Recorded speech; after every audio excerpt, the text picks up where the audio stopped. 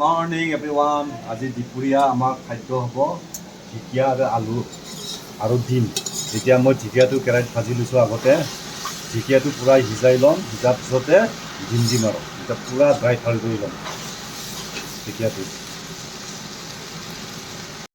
এতিয়া মই ঢেকীয়াটো পূৰা ড্ৰাই ফ্ৰাই কৰি আছোঁ, তেলত পূৰা ভাজি আছোঁ। আলু আৰু ঢেকীয়াটো পূৰা ভাজি আছোঁ মই।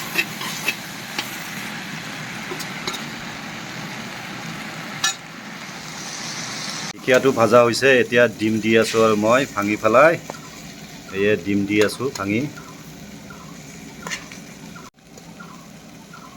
এয়ে হৈছে প্ৰায় মোৰ ডিম দিয়া।